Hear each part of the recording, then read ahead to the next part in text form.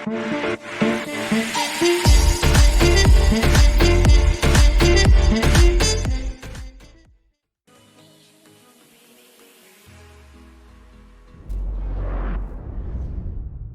and gentlemen, welcome back to another stream. I hope you guys hear me. Today we got the 29th DroPodcast with two amazing guests with a cam and Asorr. Ouch. Asorr, you're not amazing, I'm sorry to say. You got an amazing photo today. So we got Mr. Rapid Relief, as you might have seen previous week, and we got Spartan.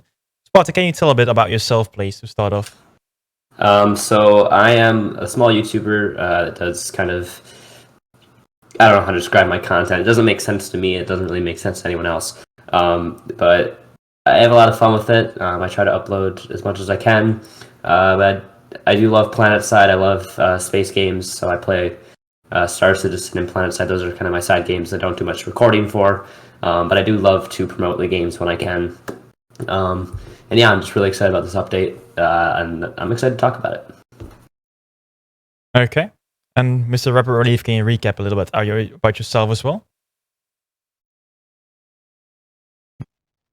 I think he froze. I think so too. Well, Asorr, what about you? I do a lot of leading in Planetside, and I do a lot of armor. Both of those are kind of my strong suit. And then I also lead an organization that organizes the outfits on the NC on Emerald. So it's called NATO, and I work that with Rapid. Okay. And for the guys that don't know me, I'm Faber1. I stream games, and I make Planetside 2 content right now. Might be a bit more in the future. And there we go again. All right, are we back? Can you hear me? Welcome back. I can hear you. Good stuff. What a nerd. Dude, I forgot to plug in my computer. That was not a good idea. But, yeah, you were going over who's who. I'm Rapid Relief 1. I play Emerald and C, but I also play on the Conry as well, and also on all three factions on both servers. I lead NATO with Asorr, and I spend way too much time playing this game. Ditto. Don't we all? Dude, Spartan hasn't played it. His client isn't updated. Blame him. Yeah. What are you even doing here, my dude? Me? No, that's just a joke. I know. I haven't played the game in a while because I'm not sure why I haven't played in a while. I wish I played more. I'm part of SKL, so when I'm on, I play with them if I can. SKL. We were talking about them previous week. Are they like a big Zerg fit? Yeah. They're a pub fit. Okay, so we're gonna rebrand Zerg and we're gonna call it pub fit. Okay, guys, Zerg fit is derogatory. No one wants that.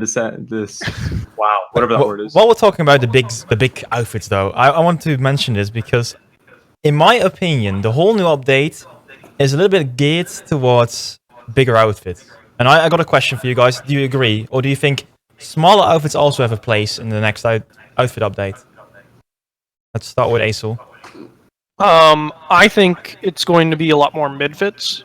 Zerg fits are a derogatory term, I agree, but those larger outfits, they're going to have to be high skill for each player they have, or they're going to have to balance it out. They're going to have high skill players with low skill.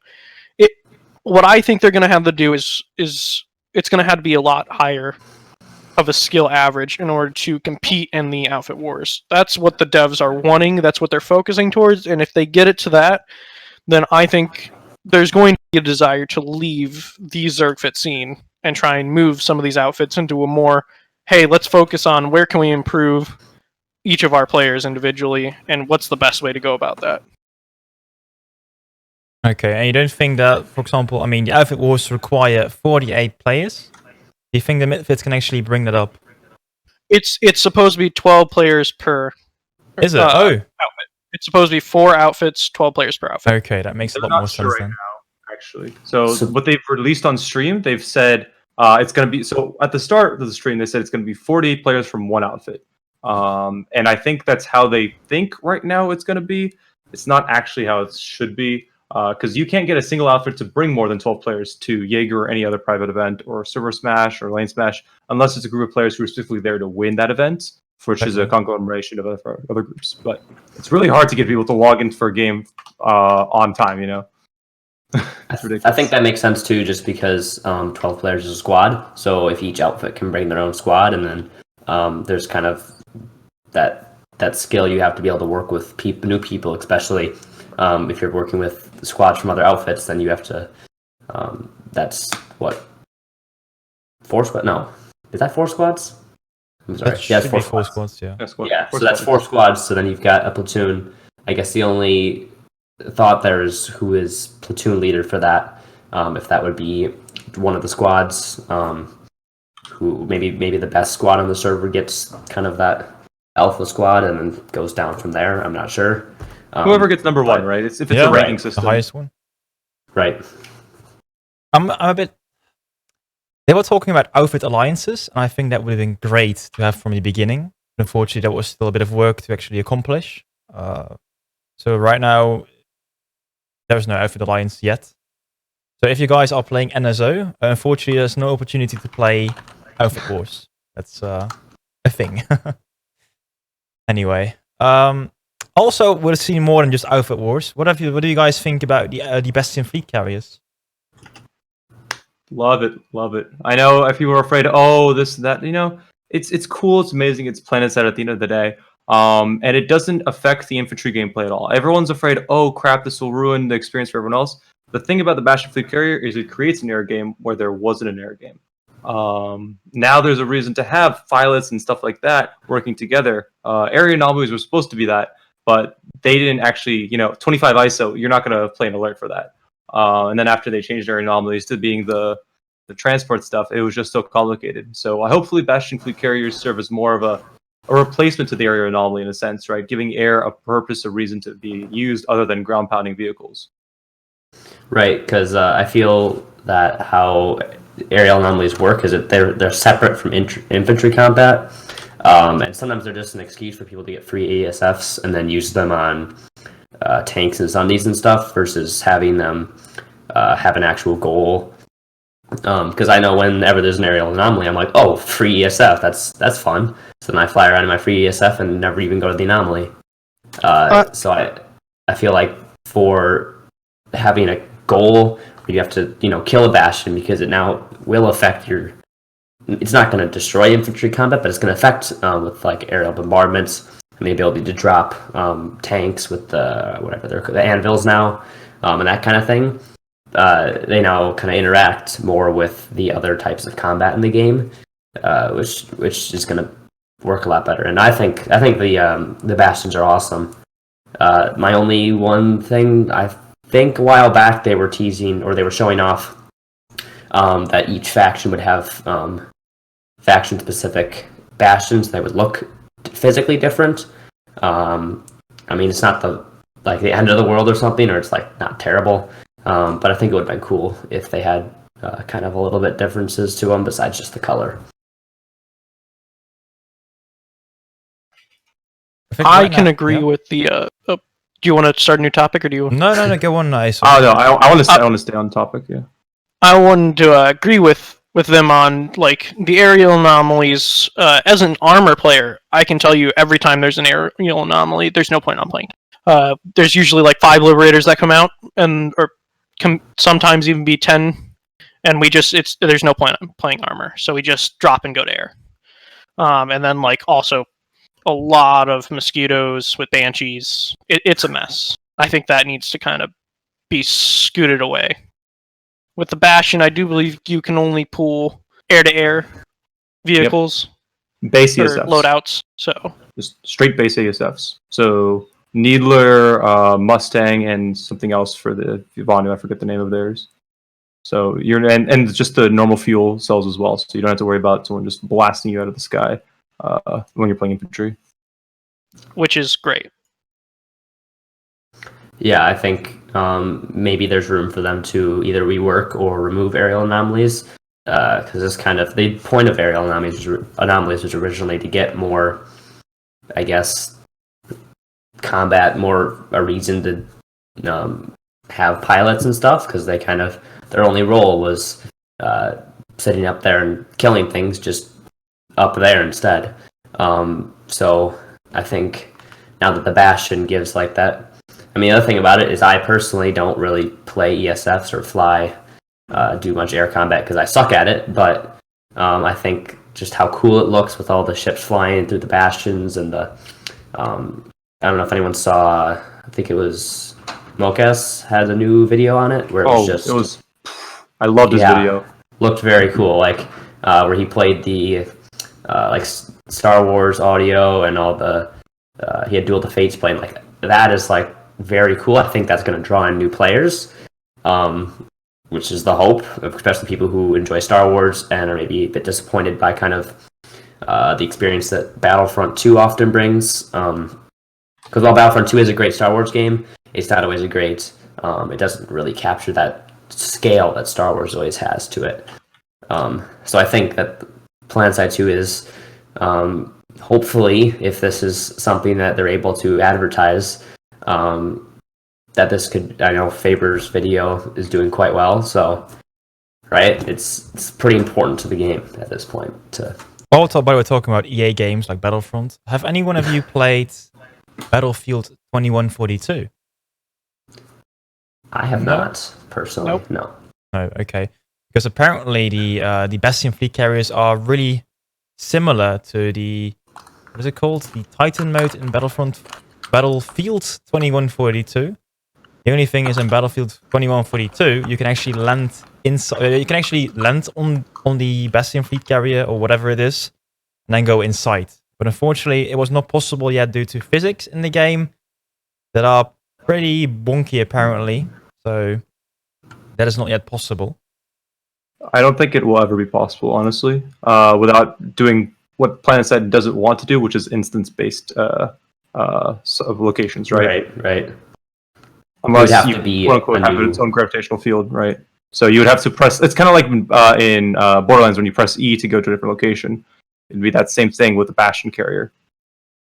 So if you want to walk around inside. And the thing about, like, if it was to be an instance interior, you wouldn't have the ability to, watch the battle from windows on the inside. You couldn't do that. And it would just be kind of like taking you out of the combat. And at that point, you might as well spawn at a base on the ground instead of being in the interior of a bastion. Well, it would be really cool, but right, they don't need to spend all that time reworking the engine just for a feature that isn't necessarily going to change the gameplay a whole ton or make a meaningful difference on combat and kind of the flow of the game. So, they got to consider, is that even worth the time? Yeah. It's definitely possible to do it for an infantry point of view, but for vehicles, it's not possible to have them land inside of the thing. Yeah. I mean, we did see, I saw some of the stream, people walking around on top of them, the bastions, when they're not moving. Mm-hmm. Yeah. So that's definitely something. That's definitely something people will do. But I don't see them going out of their way to try and make it, that much work just so players could be, could land on a bastion and be attached to it, like how Star Citizen does it, where you can walk into a ship from EVA in space and now your character is attached to that ship and it's attached to the gravity in that ship. Right, so otherwise, you'd have a system where unless you're literally in a seat, you just be floating still. So I think it's probably would need an entire, big, they'd have to go in and similar to how much work went into DX11, they'd probably have to do something like that where they have to rework a lot of the code to get stuff like that working. They said it was foundational work, so probably months and months of work again. So yeah, I don't think they will even start doing it. Yeah, I don't think so. Planetside 3. Maybe. I was about to say, yeah. But I got a comment from Milsim over here. He said, well, why would you ever say that the Bastion fleet carrier has no effect on infantry combat? Do you guys agree that it has no infantry combat or infantry effect? I would say at the moment it doesn't, because just the way the weapons work and then the type of aircraft being pooled. I think you can still use it to damage infantry, but it's not going to change how infantry combat works. It's not going to change tactics or anything. It's just probably going to be a different way for infantry to die, and decently avoidable. But right? Just how orbital strikes can be used to clear out an area. The orbital or the bombardment from the bastions can be used to, maybe there's kind of a group of players entering a base from one direction, and you want to maybe you're only killing like one or two of them, but you're then clearing them out from that area as you're bombarding it because it's hard for them to enter without getting hit. More like suppressing bases than really killing things. Right. Yeah. So it's not necessarily going to destroy or like totally change how infantry works. It's just going to maybe change a bit of battle flow here and there. Yeah, it's already at flight ceiling, right? So is there any other thing in air game that's already done at flight ceiling? There's no infantry or air to infantry that's done at flight ceiling. Like even Daltoning is done at a higher, it's not possible. It's just not viable. And the way the devs said the shells work with the bottom like artillery pieces, they're not anti-infantry, they're anti-vehicle. They work like a Dalt. And the other guns, which are pretty much AA weapons, it's not going to be accurate enough to hit infantry down below. So the capabilities of it hitting infantry is extremely low. On top of that, someone in chat just said because of the draw with which infantry appear, which is 300 meters, and the Bastion is 500 meters above the ground. He's saying that you can't even see infantry anyway, so the ability to sit up there and pick them off doesn't make sense. Well, I can see it definitely being used for tanks, especially because tanks are a bit slower moving than infantry. Well, not slower moving, but they're bigger targets compared to trying to hit an infantry from that height. I could see it being used against things like a Citadel shield, possibly. But other than that, I really don't see any other big effects on infantry. So also about the Citadel shields, are they, I assume they have a health pool that you just damage to get rid of them, essentially? It's a 6-minute timer, and then if you damage the piece, it on top lowers the timer. Part. Yeah. Okay. Yeah, but I do believe you have to do it from the inside too, if I'm correct. All right, and then yeah, I got a question about this because the Citadel shield has been quite a discussion point because you can, it's like at a spawn point, you can shoot outwards, but you can't shoot inwards. What do you guys think about that? I think it's going to get abused. With the duration being 6 minutes, though, I think it's a healthy way to introduce it because even if it could be abused, it's 6 minutes. Yes, it's 1 point hold and some change, but if someone's going to farm people, 6 minutes is not that long of a duration. Plus, the top of it is so far away from the ground, right? You can't control defending the top in most cases. So the one worry I have is biolabs and tech plants. Like those can get abused on biolabs and tech plants quite a lot because with the biolab you can drop it outside and just have it like. I do believe Walmart Greeter was already able to put it in a certain position where you weren't even able to come up the fat stairs on the powerhouse, and you just get mowed down. And then they also had it so that they could hit the shield generator and go hit the SCU when it came time. I think the other thing about it is, on most cases, I think, because of how big it is, I feel like a smaller shield could be abused, if you... Right, I'm not saying it won't be abused, obviously. Players always find a way to abuse things. But I think with its size, because it's so big, it's hard to necessarily, unless you're placing it, you have to... If you want to just block off one hallway, you have to place it farther back. To figure out the distance from the middle to the radius, so you can use it like that. But I think in most cases, it's going to... if anything, just protect a point from outside attacks from tanks, or not that vehicles obviously can get through, but then it's harder for air or vehicles to hit you from a range or snipers, and you kind of have this bubble where it's more of a kind of a closer infantry combat. There's definitely some cases where it needs to be considered, what it might be used for if it's used like in the biolab and tech plants, where it could entirely be misused there. I still think it's going to be... I do agree it's going to be balanced, though. If you get inside, they could easily kill it. The timer is 6 minutes, right? How much are you risking by releasing it? Is it how it is when you set a timer that's so strict? 6 minutes is not a lot of time, especially for how there's a cooldown and there's also a crafting cost for these things. it's going to be much tougher to abuse. And I think the way they're releasing it right now, it's fairly underpowered than overpowered. And let's see people try to abuse it. And once we figure out how people can abuse it, and once we see people find out that it's kind of underpowered, then we can buff it up. But I'd rather see something underpowered that doesn't ruin the infantry gameplay than something that's overpowered that does. Okay. I think we've got to wait and see, because like with the Bastion fleet carrier, right now it is hard to say how it will really affect the gameplay, because right now I think you can basically chain pool the Bastion fleet carriers in the PTS, so you can just, people can experience how it is to fight the Bastion fleet carriers, but there will be a complete new resource meta game, or well, more like a recycle meta game. Where have you guys played with the old meta game with the resources? No? Back when they had like 3 for Yeah, the flight, one the for- air, the one air, the for- land, yeah. I wasn't here then. I Okay. didn't play actively then.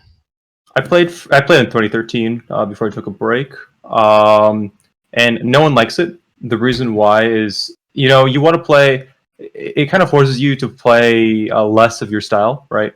With nanites, you can play. Oh, I can pull max, and then I can pull another max. I can have fun playing maxes instead. Oh, okay, I can't pull another max for 5 minutes. Let me play something else for 5 minutes, or log out. But I think I'm not sure if they're getting rid of the nanite system even, right? No, they will keep it. But for this new resource game, there will be like points earnable for the outfits. So more like extra points on top of the nanites. And that will be used to craft the outfit, the war assets, such as the Bastion fleet carrier. And I think that's fair overall, I'd say. I think the most valuable asset is going to be the Citadel shield and maybe the orbital. In the use of a squad lead's hand, the orbital could be very useful. And what do you think about the steel rain? I'm not quite sure yet. I gotta see it used in live action. It's a bit strange because people are still unsure if it will be platoons or squads. I It was kind of hope it squads will be. It is squads, is it? It was squads when we did what was it? I was on the Desolation map for the stream, and it was only a squad. Okay, that will be. Yeah, then in that case, it's meh. Ideally, they want it to be platoon size, but I don't think they have the resources yet to test it on platoon size. And I think if they release it as squad size, I think it's going to be fine. Get a sense of how it feels before you release the 40 people, abusing a feature, right? I think they're going to make it cheaper than a Citadel shield in the orbital, because just It should be. yeah, it should absolutely be. And if it's not, it's not going to get used. People are just going to use beacons and then slam a beacon at once. So, in my opinion, I see all these things as have an ability for counterplay, right? I want to see the Steel Rain to be the bottom, right? And to counterplay Steel Rain, you can put down a Citadel shield. And then once the Steel Rain hits the Citadel shield, all the people in the Steel Rain die because they hit a Citadel shield. And above that, we can have orbital strikes, which will blow up the Citadel shield. And that's the level of counterplay, right? And each one, it costs more, but they can be used to counter each other. Yeah, I'm really curious. But there's one more thing. We got the Anvil tanks and the Anvil everything, basically. Do you guys think there's use for these? Because maybe for pulling Sunderers, I see somewhat of use, but Yeah, I I agree don't with know. you on that. Putting a Sunder in a biolab, if you can get it on the biolab air pads. That was loud. But yeah, like maybe putting vehicles in the biolab is what it's going to be used for. I don't see any other point. I don't see any point of Anvil. I think the thing with Anvil is being able to not have to. I think the biggest point with Anvil is like Sundays. Usually, what you have to do if you need to do Sunday is someone goes back to the previous base and then has to then drive all the way back up, find a good deploy spot, and it breaks. If all your Sundays are destroyed, then you kind of have to regroup and go back. This gives you an option to much easier and much quicker get a new Sunday down if one of your Sundays is close to death, and you know that if you want to then keep that battle going, you don't want to have to restart all of the progress you've made. Being able to drop a Sunday in and then get it. I don't see why they even have like flash to be an option. Like, why would you want to waste time dropping a flash out of the sky And just try to flash around. Yeah, especially as an outfit resource, because it costs outfit resource to craft those flash Right. anvils. I can get Sundays and I even can get tanks because the front moves, and that's easy. Well, the flash is strange, yeah. Flash, and then I don't know why you'd want to do that with an ant either. Usually when people are using ants, they're not dropping them into combat. You'd want an ant back when you're making a base. And it's not like I need an ant now, I need to drop it immediately. Maybe there's one case where that can happen. But I feel like for the most part, ants, flashes, and maybe harassers really aren't something that you need to drop in versus I can totally see Sundays and the Empire-specific tanks being definitely useful things to drop in because those are powerful tools for base captures. Do you think they want?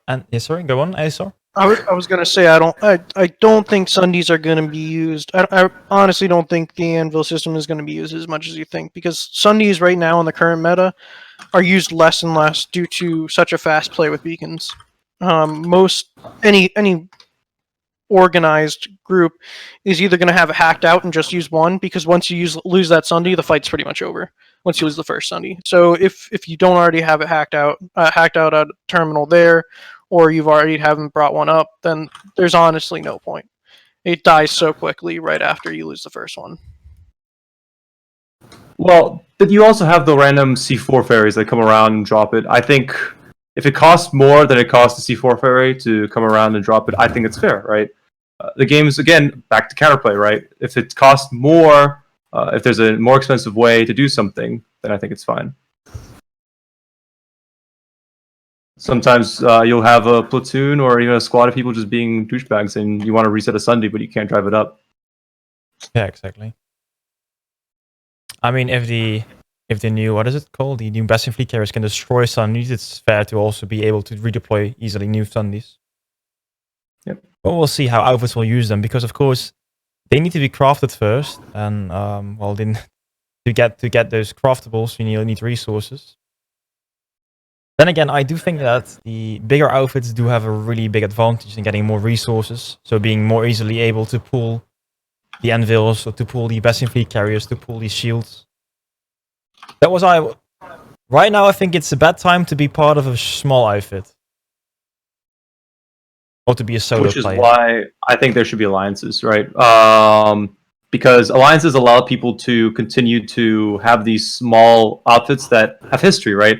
If you've played with an outfit for so many years, but the outfit's kind of dead, or you just squad with your friends, but you still want to participate in this content, I think alliances are the way to go. And if Planetside wants to continue evolving and not getting people confused about this stuff, I'm going to say, hey, let's get some alliances going. And solo players can make their own solo player, it's called outfit in a sense. There's tons of those out there. Yeah, I could see that as well working. Just because you don't have friends doesn't mean it's my fault, right? There's groups of players that can join a faction or a group or make one of their own. And with alliances, it's going to be easier for this to be facilitated. One more big thing has been added, or will be added, will be Sanctuary. Have you guys been walking around in the Sanctuary already? Yes. And what's your first thought walking in there? I hope they have more content in the future. That's all I'll say. So right now it is basically only a point where all the factions can come together. You can take a picture, you can walk around, you can buy things with your merits. But that's it, basically. Yep. Personally, it's a little bit too big for the amount of content that's involved. You know what I mean? Like, it's so massive, but half of the rooms just feel really empty. There should be reasons to go to each place, and right now there isn't. You spawn where you spawn, and then you explore, but when you finish exploring the sanctuary, there isn't things that are worthy to go back to. I think that Rel is trying to, the whole team at RPGs is trying to make it modular again, so they can have rooms in the future where they can do do things with the new player experience, maybe do more tutorial things. I think that's the goal. Have like remove the whole virtual reality room and make it over there. Maybe. What a question coming from Menshit. Do you guys have any prediction on who will dominate Outfit Wars? Swoop gang, dude. 100%. Don't know, man. I think we gotta wait and yeah. go ahead first. No, yeah, I was thinking like if it will be the 48 players, if that will be the case, and I don't think Swoop Gang. Well, maybe. I think it's gonna be. We're gonna have to get a little closer to that and see which outfits really start trying to boost their outfit recruiting and leadership.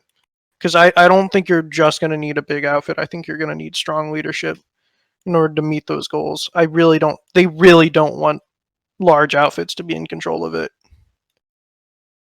They want it Good to luck be finding 40 people, focused man. They want it to be focused on midfits and leaderships. Rel said it himself. He wants to get rid of Zergfits. That's a good point. But yeah, so far these updates I don't think are really. Well, maybe a few, but many things are really geared towards the bigger outfits. People.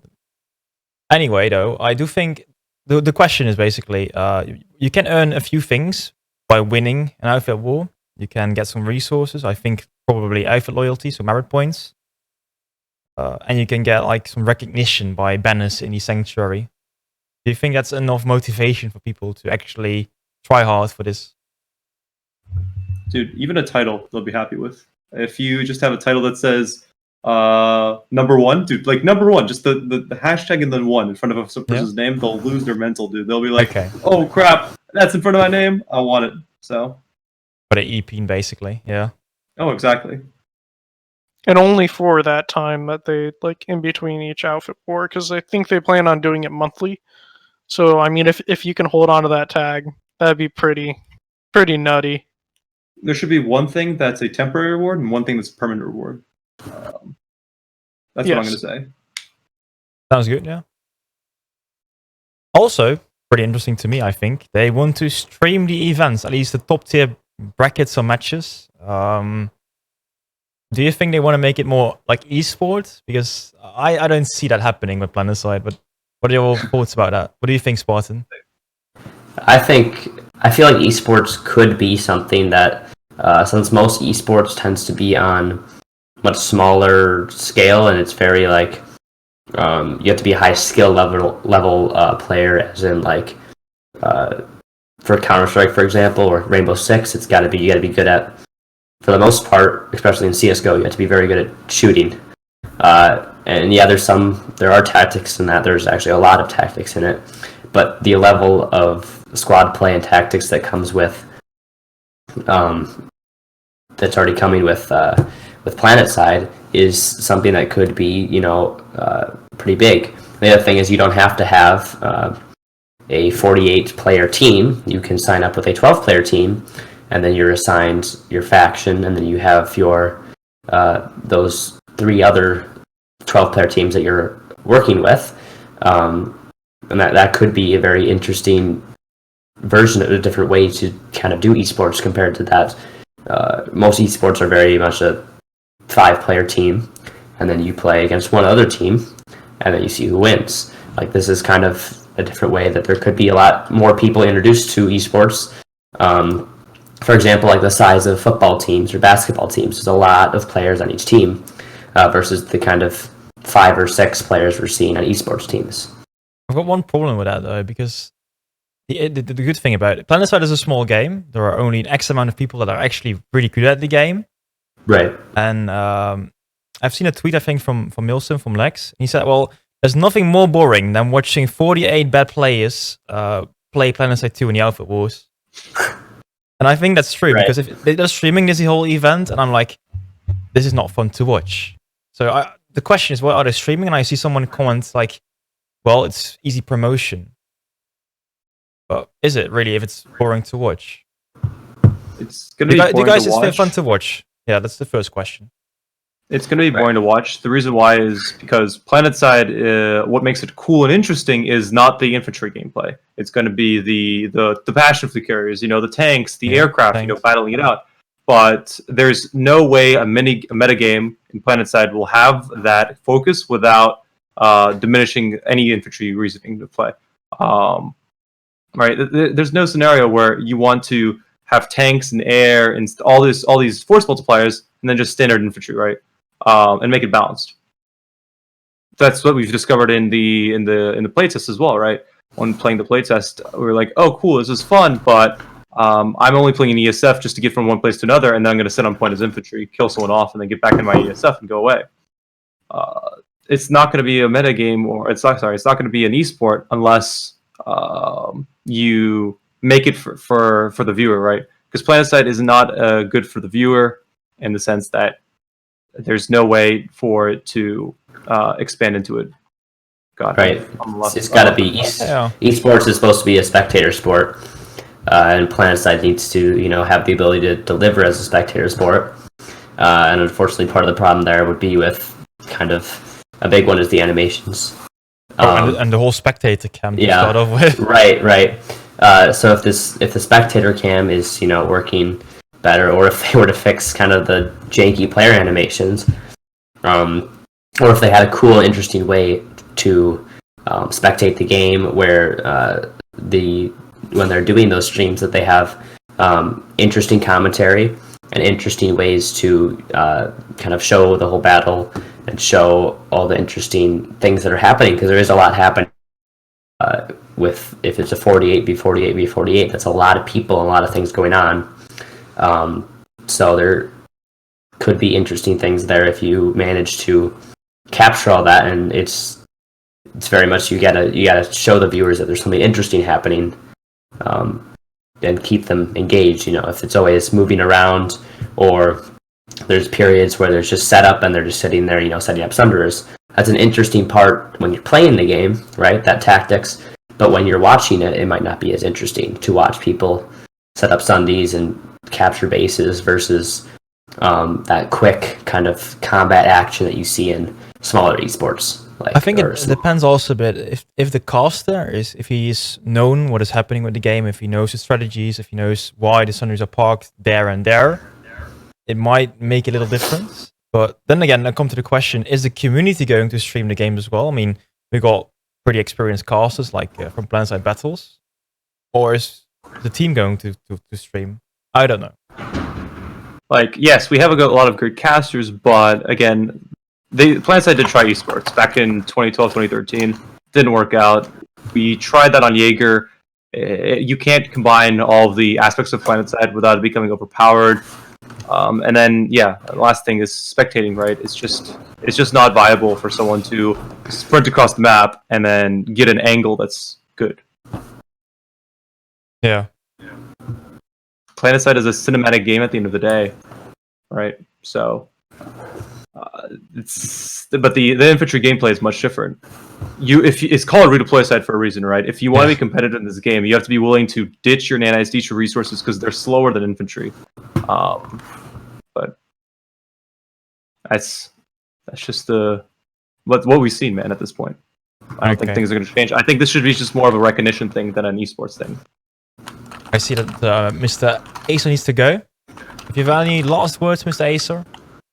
I think the updates are going to be great. I hope your kind of opinion on on the status of the game has changed over the last week, and a lot is good to look forward to, especially with the player count right now. Other than that, nothing else. Thanks for having me again for 2 weeks in a row. No problem. Thank you so much, Mr. Asorr. Thanks for being on here. Why don't we talk about the player count? I don't know if you guys noticed in the stream. We went up actually from... Ooh, I forgot about this. Well, we went up from... we got a lot more players. Do you guys think it's a lasting effect? It depends. If the things that come out continue or not. People need to see progress, and they don't want to stay. If they're fine with seeing it being a buggy mess, but they're not fine seeing it and it is just incredibly. They can't use it. They can't be involved, and they just don't see it. they also need to see progress as well. So they need to keep going with updates, basically. Not just this one. And continue the community involvement, right? Like doing these streams is great, but make sure people know about them and advertise them and keep them up. People need just talk to people. Have Cardo do his streams, right? Yeah. Where he just shows things, but I don't. I'm watching this too, but it's not going to work out the way they think it's going to if they don't continue this line of communication. Okay, so the communication is key, basically. Then I got another question Yes. actually to you as well, or to Spartan as well. They want to open up to community content creators like us, basically, to have more access to observer cams, to get more promotion, all those things. Is that a positive thing? Or is it too late already, basically?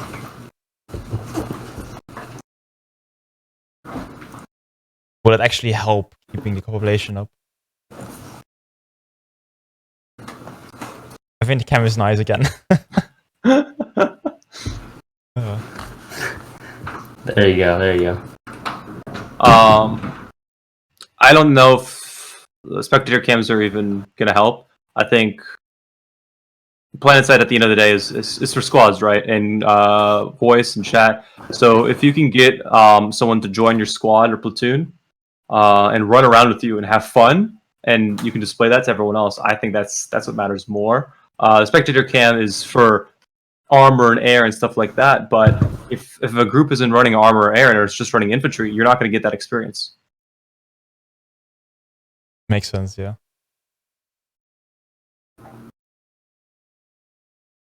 Sorry, I'm just fixing up the cams right now. It looks great again, though.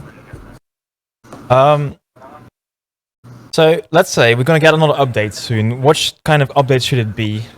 Should it be focused around bug fixing? Should it be more content? Should it be more about outfits? Or what do you want to see?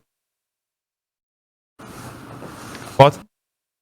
I'm thinking. Let's see. Well, I think. I mean, me personally, I really enjoy visuals, and I know there was that thing we did with NVIDIA a while back. That was the what's it called? The PhysX or whatever, which is cool, but then it didn't. It wasn't really possible to keep performance working. And now with DX11 and obviously a few years have passed and hardware being better, I wonder if that's an option in the future. Some visual improvements, and those animations, the player animations, always they're kind of a thing that pulls me out of it because I feel like Planetside does a great job with how I think I don't see much rubber banding. I never see vehicles rubber banding, and I feel like that experience is very smooth. But I feel like a lot of the times the player animations and the animations don't really flow together, and they kind of look janky at points. Like if you're strafing, a lot of times your legs start doing things that the humans' legs wouldn't normally do. So I think that would be an interesting. I think that would bring some interest into the game. Kind of do some changes to how the maps look too, because especially with what they've shown off with what's it called? The new map. I don't know what the new map is called. Desolation. Thank you. From what I've seen, those are a lot smoother or higher poly counts, smoother textures, and smoother.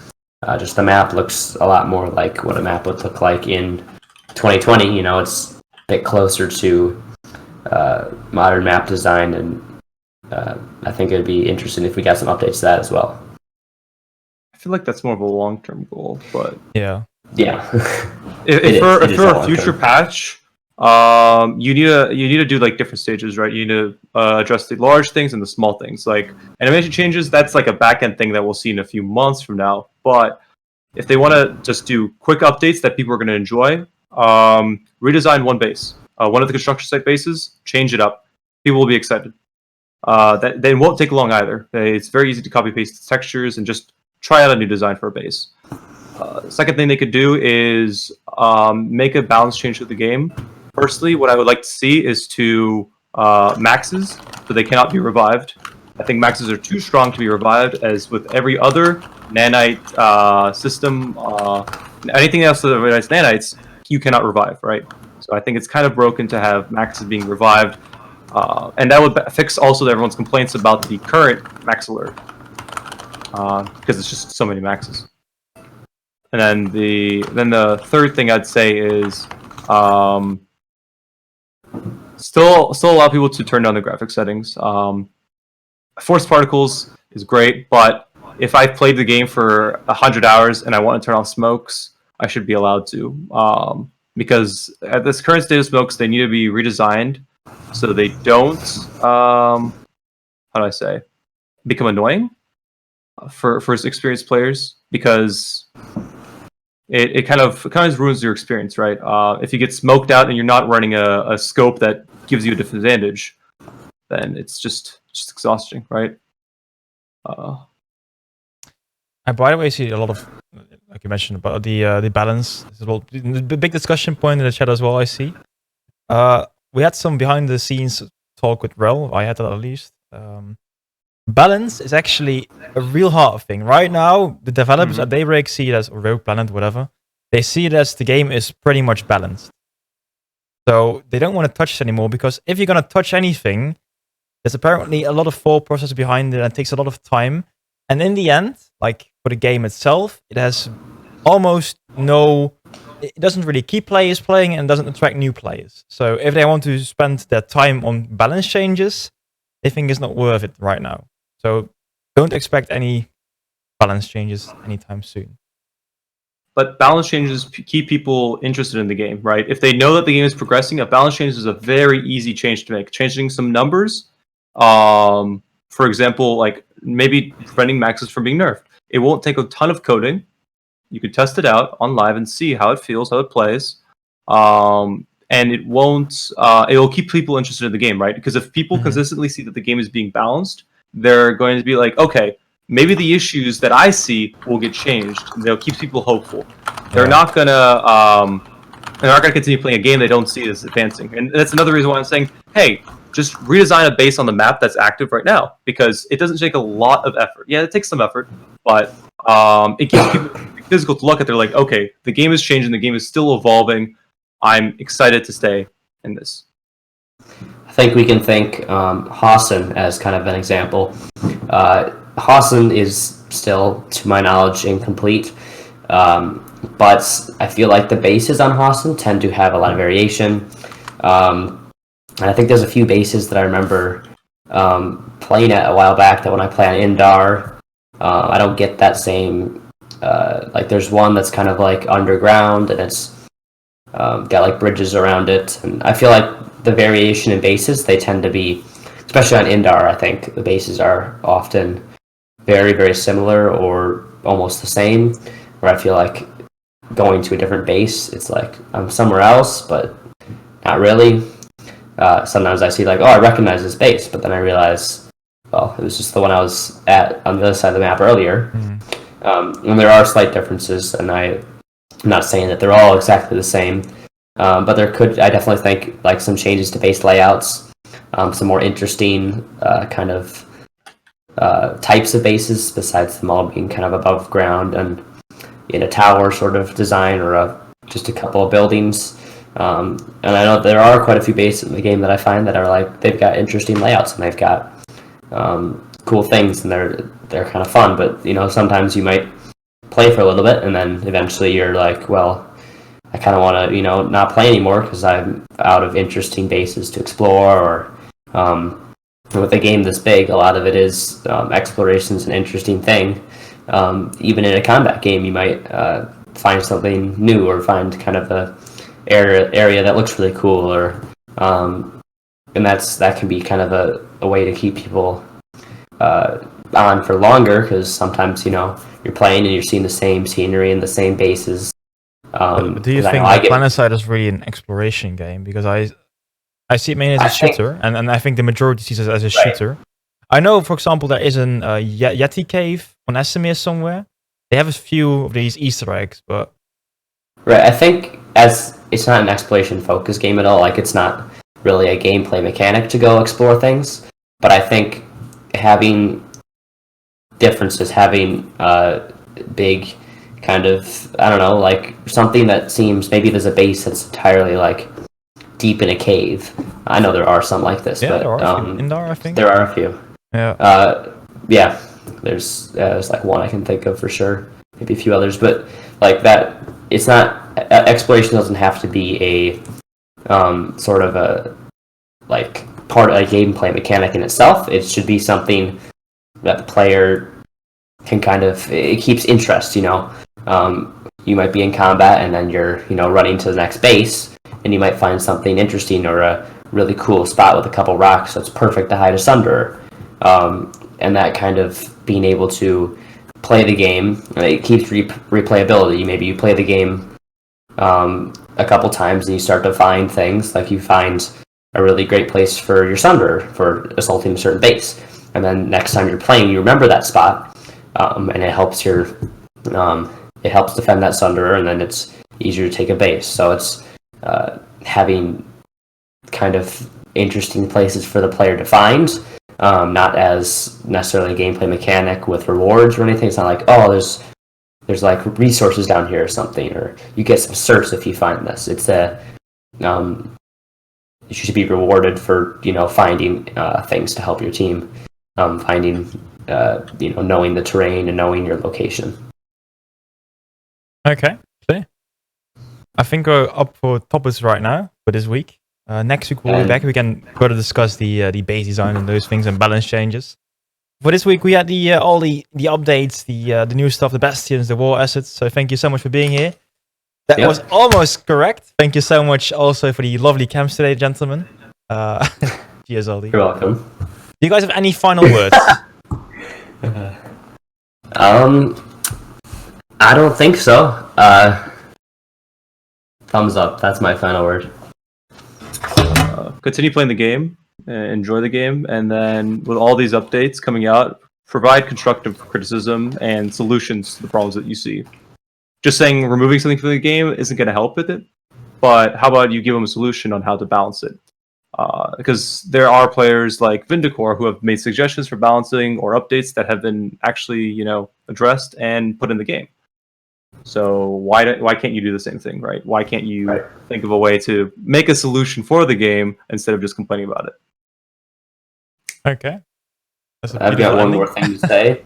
Just tell your friends about the game if your friends don't play it or haven't heard of it, because word to mouth is often the best way to promote things. So if you've got friends you think might be interested or play similar games, tell them about Planetside. Bring them over here.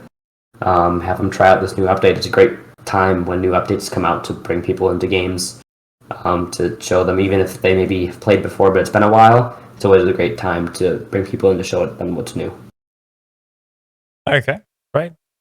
Ladies and gentlemen, thank you, Rapid Relief, Spartan, and Mr. Asorr, and I will see you next week with some more content.